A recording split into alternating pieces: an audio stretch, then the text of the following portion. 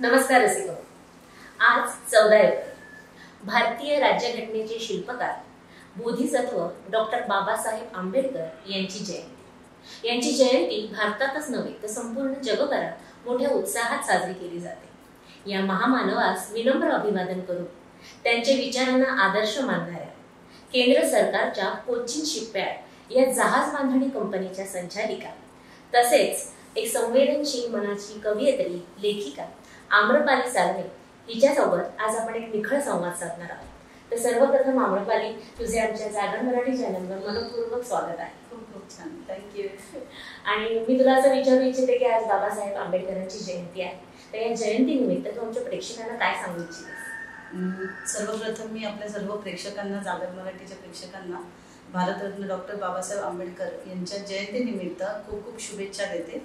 आणि भारतरत्न डॉक्टर बाबासाहेब आंबेडकर हे असं एक व्यक्तिमत्व आहे की जसं तू म्हणाली जातात की संपूर्ण जगामध्ये जयंती उत्सव साजरा केला जातो, तर त्यांना म्हणजे अशा नेतृत्वाच्या बद्दल मी दोन शब्दात बोललं तर शक्य नाही. बरोबर. पण पण आपल्या सर्वांनाच माहिती भारतरत्न डॉक्टर बाबासाहेब आंबेडकर हे भारताचं एक चांगला आपण म्हणू शकतो की चांगला वारसा आहे, विचारांचा वारसा आहे. बरोबर. तू राजकारणातही सक्रिय आहेस, पण या राजकारणात यावं किंवा हा मार्ग निवडावा असं तुझ्या मनात कधी आलं आणि का? खरं तर माझ्या मनात असं कधीच आलं नाही की राजकारणात यावं. खरं मला वाटतच नव्हतं की राजकारणात यावं. मी मतदान करूच नये असं मला वाटायचं, कारण मला असं वाटायचं की हे जे काही राजकारण आहे हे सगळे नेते असतात किंवा राजकीय नेते जे आहेत, तर या सर्वांचा फक्त स्वार्थ वृत्तीनेच त्याच्यामध्ये काहीतरी स्वार्थ बघूनच काहीतरी करत असतात. त्यामुळे मला असं वाटायचं की राजकारणात चांगल्या माणसाने कधीच जाऊ नये, असं जसं सर्वसामान्य माणसाला वाटतं. तर मीही तसंच विचार करत होते. पण शेवटी काय, आपल्या जीवनात ज्या गोष्टी घडणार असतात त्या घडतातच. आणि मी अचानक एका वेगळ्याच वळणावर वळत राजकारणामध्ये माझी एंट्री झाली. तू भारतीय जनता पक्षामध्ये सक्रिय म्हणून कार्यकर्ती आहेस, तर या पक्षाबद्दलचा तुझा अनुभव ऐकायला मला आवडेल. खरं तर मी राजकारणाचा माझ्याकडे काही वारसा नाही आहे किंवा मी कुठल्या राजकीय फॅमिलीतनं नाही आहे. आणि भारतीय जनता पार्टी ही पहिलाच पक्ष आहे की मी या राजकारणात आले आणि भारतीय जनता पार्टीमध्ये काम सुरू केलं आणि आजही मी त्याच पक्षात काम करते. तर भारतीय जनता पार्टीबरोबर काम करताना मला खरंच आनंद वाटतोय. मी आपल्या सर्व प्रेक्षकांना सुद्धा हे म्हणेन की भारतीय जनता पार्टी हा एक पक्ष नसून एक विचार आहे. आणि भारतीय जनता पार्टीचे आम्ही जे सगळे कार्यकर्ते आम्ही सगळे एक परिवार म्हणून काम करत असतो. तर मी आता आपल्या वसई विरार जिल्ह्यामध्ये जिल्हाध्यक्ष म्हणून काम केलंय, त्यानंतर जिल्ह्याची उपाध्यक्ष म्हणून सुद्धा काम केलंय, त्यानंतर प्रदेशावर, महाराष्ट्र प्रदेशावर मी सचिव म्हणून काम केलंय. ग्रेट. आणि आता आपल्या महाराष्ट्र प्रदेशाच्या आणि आपल्या एकदम तडकदार झुंजार नेतृत्व आमचं चित्राताई वाघ यांच्याबरोबर त्यांच्या कार्यकारिणीत मी उपाध्यक्ष महाराष्ट्रावर म्हणून महिला मोर्चामध्ये काम करते. आणि खरंच खूप चांगला अनुभव आहे. देशाला एका वेगळ्या वळणावर आज आपण बघितलं तर देश आपला प्रगत देशांमध्ये, आपण विकसित देशांमध्ये आपण आपल्या नाव यादीत येते आणि एक आनंदाची गोष्ट आहे. आणि या वेळेला मी एक जबाबदारी घेऊन काम करते, त्याचा मला स्वतःला खरंच अभिमान वाटतोय. राजकारणामध्ये तू जसं राजकारणात सक्रिय, तसं राजकारणामध्ये राहून तू महिला सक्षमीकरण, बचत गट यासारख्या महिलांना सोबत घेऊन हे कार्य करत असते. तर त्यामध्ये अस्तित्व वस्तीस्तर ही काही तुझं कार्य चालू आहे, त्याबद्दल आम्हाला ऐकायला नक्कीच आवडेल. नक्कीच, माझा हा खूप आवडीचा विषय आहे. खरं तर राजकारणात काम करत असताना आपण मोठ्या मोठ्या सभांमध्ये महिलांशी संवाद साधतो किंवा भाषण करत असतो किंवा संपर्कात येत असतो.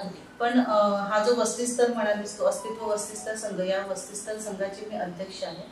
आणि या संघामध्ये जसं आपण म्हणतो की हे एक फेडरेशन आहे, त्याला आपण इंग्लिशमध्ये म्हणतो की एरिया लेवल फेडरेशन. ओके. तर त्यामध्ये असे 15 बचत गट मिळून ही एक फेडरेशन असते जी आपल्या महानगरपालिकेबरोबर जोडून काम करत असते. आणि सरकारचं, आपल्या केंद्र सरकारचं अभियान आहे दीनदयाळ अंत्योदय योजना. तर त्या योजनेच्या सहकार्याने हे बचत गटांचे वस्तीस्तर संघ काम करतात.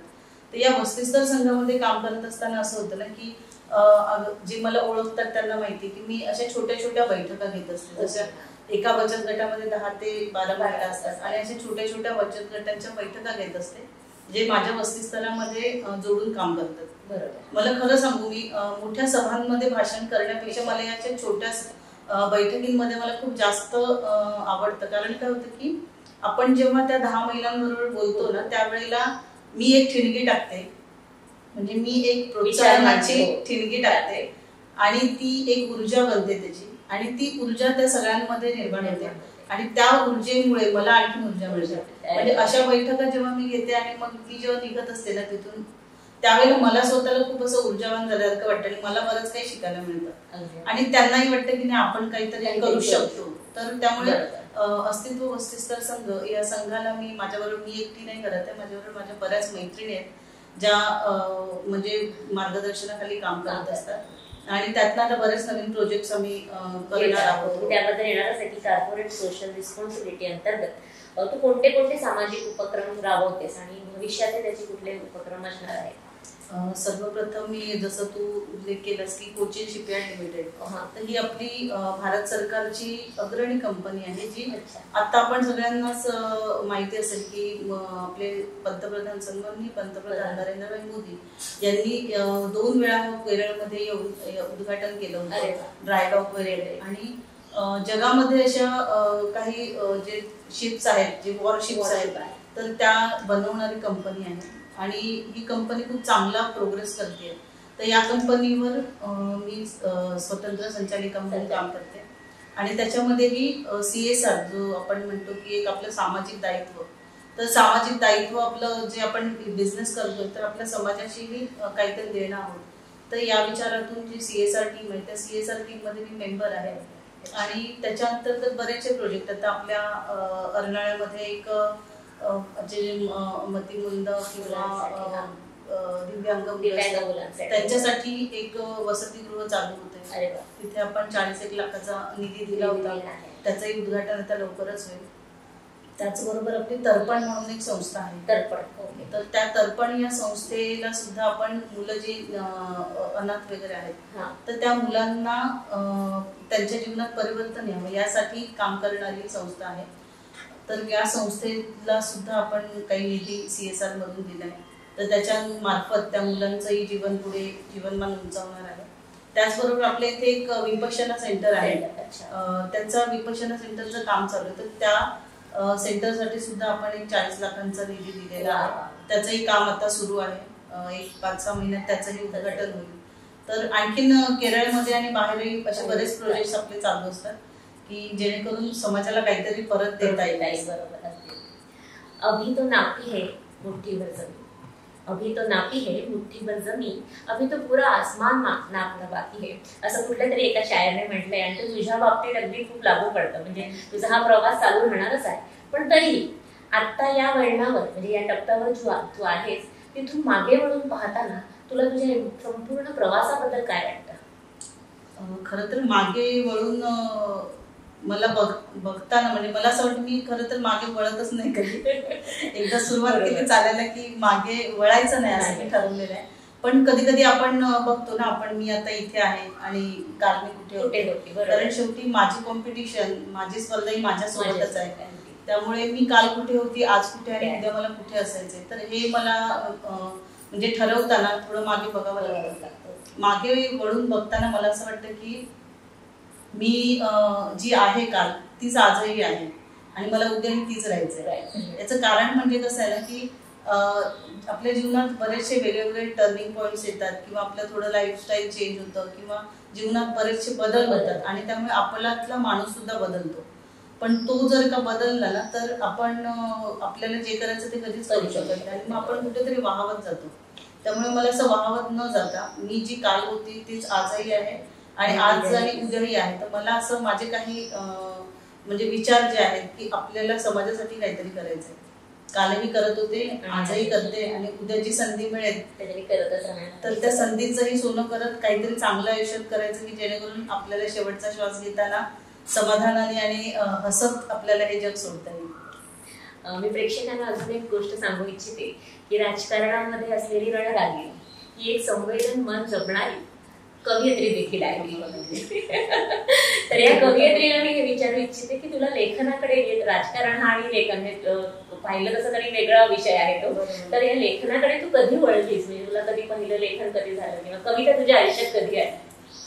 मी शाळेत मला वाटतं 9वी 10वीला वगैरे असेल आणि ते कसे थोडे फुलपंखी दिवस असतात ना आपले, तर त्यावेळेला मी एक कविता लिहिली होती. पण मला असं म्हणजे तेव्हा वाटलं नाही की ही कविता आहे, मला जस्ट वाटलं ते मी लिहून काढलं असं.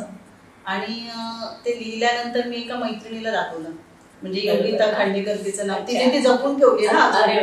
म्हणजे तेव्हाची कविता. म्हणजे आम्ही भेटतो की नाही हा प्रश्न म्हणजे एक होता की आम्ही पुन्हा भेटतो, ती कविता तिने जपून ठेवली, तिला ती खूप आवडली होती. तर अशी म्हणजे ती माझी पहिली कविता होती. त्यानंतर मी बरंच लिहिलं काय काय, पण ते सगळं कुठे कसं तेव्हा आपलं काही फोन नव्हता, आपण साठवून ठेवत नव्हतं, त्यामुळे ते गेलं. पण त्यानंतर मी जेव्हा आपल्या कोविडमध्ये घरीच होतो सगळ्यांना आपण, आणि मग काय करायचं दिवसभर, आपल्याला एकतर असं बाहेर जायची सवय, काय करायचं, त्यामुळे आपण सोशल वर्क करतच होते. पण तेव्हा मग पुन्हा एक कविता माझी लिहिली गेली. त्यावेळेला एक छोटंसं आर्टिकल लिहिलं मी. एक कावळा होता आपल्या झाडावर आणि पाऊस पडत होता, आणि त्यावेळेला काय सुचलं ते लिहिलं, आणि त्यानंतर मग थोडं थोडं लिहायला माझी सुरुवात झाली अशी.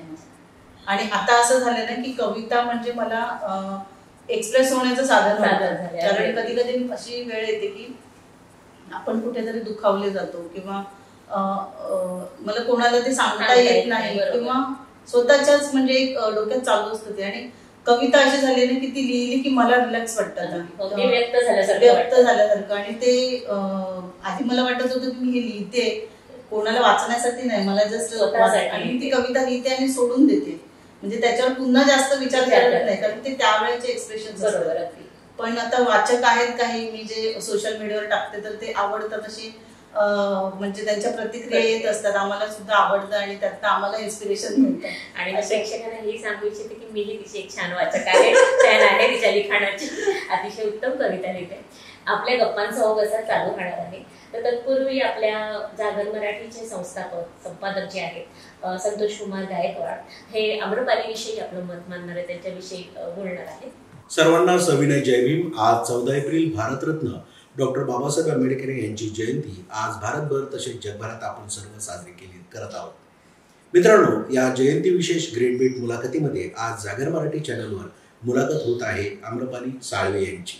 कोचिन शिपयार्ड या भारताच्या जहाजबांधणी कंपनीच्या त्या संचालिका आहेत, स्वायत्त संचालिका.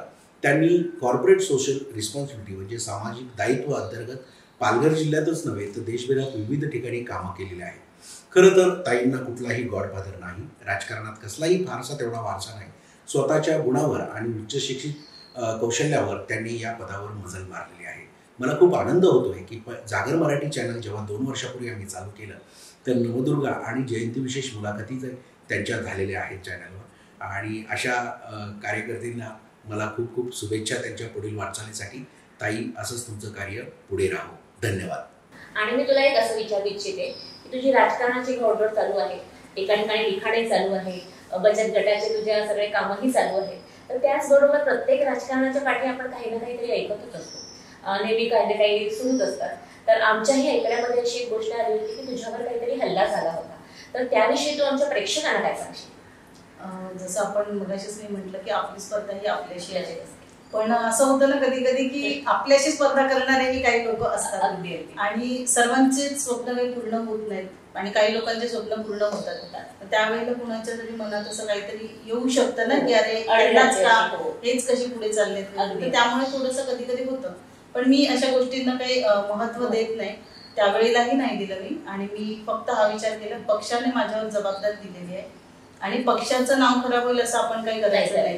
कारण पक्षाने आजपर्यंत, मी तुला खरंच सांगते, पक्षाने आजपर्यंत मला कुठलंच कधी दडपण दिलं नाही, कुठलंच मला असं कुठलं काम माझ्या मनाविरुद्ध करण्याची वेळ आली नाही.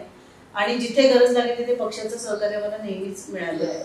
आणि मोदींच्या नेतृत्वात भारत विकास करतो आहे, बऱ्याचशा चांगल्या गोष्टी महिलांसाठी होतात, आपण बघतोच आहोत, बऱ्याचशा योजना महिलांसाठी आल्या. आणि मग हे सगळं होत असताना एक महिला म्हणून आपण जेव्हा काम करतो तेव्हा काही गोष्टी अशा घडत असतात.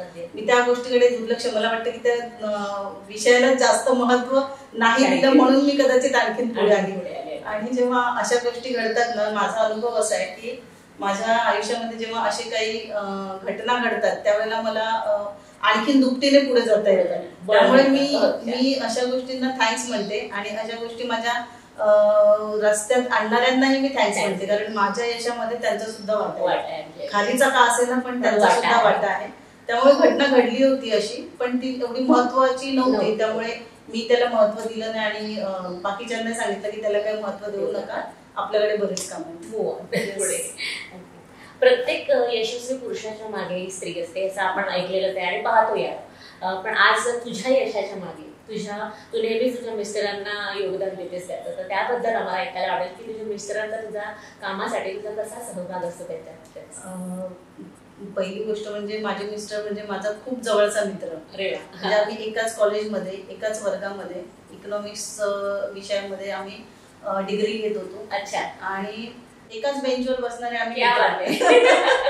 त्यामुळे जेव्हा आणि मैत्री जेव्हा आम्ही एकत्र सहवास आमचा जे जीवनाचा करायचं ठरवलं त्यावेळेला मला वाटतं की बघ कधीही आपल्या सर्वांचा महिलांचा एक हे असतं की लग्न ठरायचं असतं तेव्हा सासरचे तिला विचारतात की तुझ्या आवडी काय आहे किंवा आवडी काय म्हणजे तुला जेवण बनवता येतं का, वधू परीक्षा आहे का वगैरे.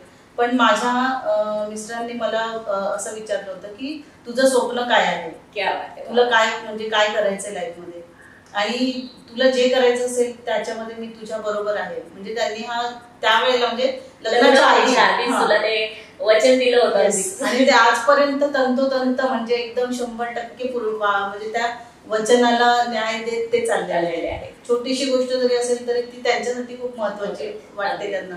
तर राजकारणात काम करणं किंवा कुठलंही काम करणं महिलांसाठी सोपं नसतं. घर, मुलं, बाकीच्या जबाबदाऱ्या, आपल्या स्वतःची हेल्थ आणि सगळं सांभाळून राजकारणात काम करणं म्हणजे त्यांच्या सहकार्याशिवाय ते शक्य नव्हतं. खरं तर मी एकदम मध्यमवर्गीय फॅमिलीतनं आहे आणि तेही जॉब करतात आणि आम्ही आमचा संसार सुरू केला तेव्हा आम्हाला कोणाची मदतही नव्हती. त्यामुळे त्यावेळेची परिस्थिती अशी होती, पण त्यांनी कधीच मला कुठल्याच ह्याला थांबवलं नाही. तुझी आवड आहे, तुला जायचंय, तू जा. आणि आजही मी जेव्हा घराच्या बाहेर असते तेव्हा घराची पूर्ण जबाबदारी ते घेतात आणि जाताना मला थोडंसं गिल्टी फील होत असतं की मी आता हे सगळं सोडून निघाले, मी 5 दिवस बाहेर जाणार आहे किंवा मी 10 दिवस बाहेर जाणार आहे, तर मला थोडं गिल्टी फील वाटतं. पण त्यावेळेला ते म्हणतात इकडचं अजिबात टेन्शन घेऊ नका, आम्ही आहोत, आम्ही सगळं बघू, अजिबात टेन्शन घ्यायचं नाही, बिनधास्त जा. म्हणजे हा एक विश्वास आणि हा एक आधार त्यांच्याकडून मला असतो. आणि मला असं वाटतं की ते जर माझ्या बरोबर या प्रवासात नसते तर मी काहीच करू शकले नसते. आणि जे काही करते ते त्यांच्या सपोर्टमुळेच करते. त्यामुळे ह्याचं श्रेय मी जसं आई वडिलांचं श्रेय आहे, त्यांनी चांगले संस्कार दिले म्हणून मी इथपर्यंत आले. पण त्यानंतरचं जे माझं लग्नानंतरचं जे काही लाईफ आहे त्याच्यामध्ये त्यांचं जे योगदान आहे ते मी कुठल्याच आहे. म्हटलं की तो माझा चांगला मित्र आहे, तो मित्र कालही होता आणि आजही आहे आणि उद्याही राहील. म्हणजे अशी चांगली मैत्री आहे. त्यामुळे त्यांचं नेहमीच सहकार्य मला मिळत असतं. प्रत्येक बाईला असा पंख देणारा विश्वास हवा असतो आणि तुझ्या मिस्टरांनी तुला ते पंख देण्याचा विश्वास दिला म्हणून असतो दैदिप्यमान यश संपादन करण्यासाठी आकाशामध्ये अगदी भरारी घेत आहेस आणि तुझ्या या भरारीला जागर मराठीतर्फे अगदी मनपूर्वक शुभेच्छा.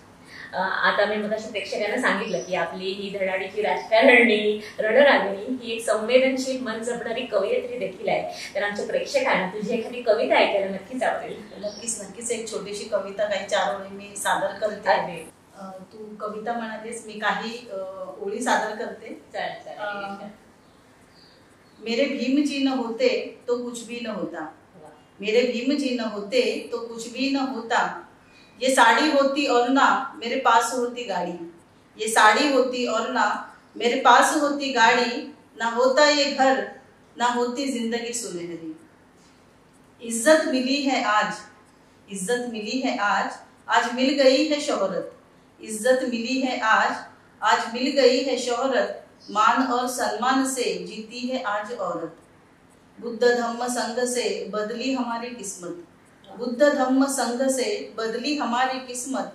शालीनता से हाथ जोड़े आज दुनिया सारी. मेरे भीम जी न होते तो कुछ भी न होता, मेरे भीम जी न होते तो कुछ भी न होता. याद रख हमेशा तू भूल मत कभी भी, याद रख हमेशा तू भूल मत कभी भी. जय भीम बोलने से न कतरे जुबान तेरी. याद रख हमेशा तू ये भूल मत कभी भी, जय भीम बोलने से न कतरे जुबान तेरी. क्योंकि मेरे भीम जी न होते तो कुछ भी न होता, मेरे भीम जी न होते तो कुछ भी न होता. वा. खरंच बाबासाहेब आंबेडकर जर नसते तर मी सुद्धा इथे बसून तू माझी मुलाखत घेतली नसते. त्यामुळे बाबासाहेब आंबेडकर हे माझ्या जीवनातलं खूप एक असं व्यक्तिमत्व आहे की ज्याने, मी तुला गेल्या वेळेसही मी बोलताना म्हटलं होतं की बाबासाहेबांचं मी आत्मचरित्र वाचलं आणि त्याच्यानंतर माझ्यात अशी एक इच्छा निर्माण झाली की आपणही समाजासाठी काहीतरी करावं आणि आपल्या जीवनाचा काहीतरी अर्थ असेल. उगाच तर आपल्याला जन्म मिळालेला नाहीये, तर तो अर्थ शोधून समाजासाठी त्याचा काहीतरी उपयोग करावा हे मला बाबासाहेबांचं आत्मचरित्र वाचल्यानंतर कळलं आणि माझ्या जीवनातला तो एक टर्निंग पॉइंट होता. त्यामुळे मी, तू 4 ओळी म्हणालीस, मी बाबासाहेबांवरच ते 4 ओळी. आपला मुलाखत किंवा आपला हा संवाद त्यालाच समर्पित आहे, म्हणजे अक्षरशः शेवट गोड झाला असं म्हणेन मी. तू तुझ्या वेळात वेळ काढून आमच्या जागर मराठीसाठी वेळ दिलास, त्यासाठी विपश्यना साधना जगण्याची कला हे पुस्तक आम्ही आमच्या चॅनलतर्फे तुला भेट देऊ इच्छितो. आणि ते भेट देण्याआधी मी तुला एक विचारू इच्छिते की तू ही विपश्यना केली आहे, तर त्याबद्दल थोडंसं ऐकायला आम्हाला नक्कीच आवडेल. नक्कीच. तू खरंच खूप चांगला प्रश्न विचारलास की विपश्यना, आणि ही विपश्यना जे ती प्रत्येक माणसाच्या जीवनामध्ये एक परिवर्तन आणणारी आहे. विपश्यना ही माझ्या घरामध्ये मी लहान होते अगदी तेव्हा माझ्या आई वडिलांनी विपश्यना केली होती, बहिणीने केली होती. त्यामुळे विपश्यना लहानपणापासूनच घरात होती आणि मी सुद्धा 2 वेळा विपश्यना, एकदा आपल्या इगतपुरीला केल्या, एकदा पालघरला केल्या. विपश्यना म्हणजे काय माहितीये का, आपण बघ कुठेही बाहेर जाताना आधी आपण विचार करतो मी व्यवस्थित आहे का, एकदा आरशात बघतो की मी व्यवस्थित आहे का, मी बाहेर चालली, मी प्रेझेंट करणार आहे काहीतरी. तर त्यावेळेला आपण असं विचार करतो की मी व्यवस्थित आहे का, मी बरोबर आहे का. तर तसंच आपल्याला अंतर्मनाला बघण्यासाठी आपल्याकडे आरसा नाही असं कुठलाच. तर हा आरसा म्हणजे विपश्यना आहे. विपश्यना ही भगवान बुद्धांनी शोधून काढलेली एक म्हणजे हे एक शास्त्र आहे जे आपल्या सर्वांच्याच बरोबर काम करत असतं आणि ते निसर्गाचाच नियम आहे. तर विपश्यनेने होतं काय की आपली सजगता वाढते आणि आपण जे काही करतोय ना ते चांगलं करतोय, वाईट करतोय हे जी आपल्याला जाणीव होते. तर विपश्यना खूप गरजेची आहे. म्हणजे त्याच्यामध्ये ज्यांनी केली आहे त्यांचा अनुभव तुला सांगतीलच आणि मी केली आहे म्हणून मी तुला सांगते की विपश्यना प्रत्येकाने केली पाहिजे एकदा तरी. तेव्हाच आपल्याला आपण काय आहोत ना, आपण नॅचरली, मला वाटतं मी खूप चांगली आहे, मी सगळं बरोबरच करते, मी जे करते ते सगळं योग्य करते असं आपल्याला वाटत असतं. पण खरंच आपण ते बरोबर करतोय का, खरंच मी बरोबर आहे का, माझं काही चुकतंय का, मी काय चेंज केलं पाहिजे, हे जे जर आपल्याला बघायचं असेल तर विपश्यना आयुष्यात एकदा तरी प्रत्येकाने केली पाहिजे. कबीरांचा दोहा आठवतो की बुरा जो देखन में चला बुरा न मिलिया कोई, जब अपने आप झाका तो मुझसे बुरा न कोई. अगदी खरंच मी सगळ्यांना विनंती करेन की म्हणजे एक आग्रह करेन की अगदी वेळ मिळेल कोणाला किंवा काही असेल तर विपश्यना नक्की करा. एक वेगळा अनुभव असता, आपलं संतकरण आपण चाचपडून पाहण्यासारखं आहे. आणि जागर मराठीतर्फे एक छोटीशी भेट तुला आम्ही देत आहोत, त्याचा स्वीकार करा आणि पुन्हा एकदा धन्यवाद. आपण जसं तू मगाशी म्हणालीस ना की हे कबीरांचा दोहा, एक बाबासाहेबांनी सुद्धा संत आपले कबीर, फुले आणि शिवाजी महाराज या सगळ्यांपासून प्रेरणा मिळाली होती. त्यामुळे तू जसं कबीरांचा उल्लेख केलास, मलाही आवडलं की कबीरांच्या आणि हे जे विपश्यना आहे ती अगदी एका त्याच्यावर आहे. आपण सर्वांनीच ही विपश्यना केली पाहिजे. धन्यवाद.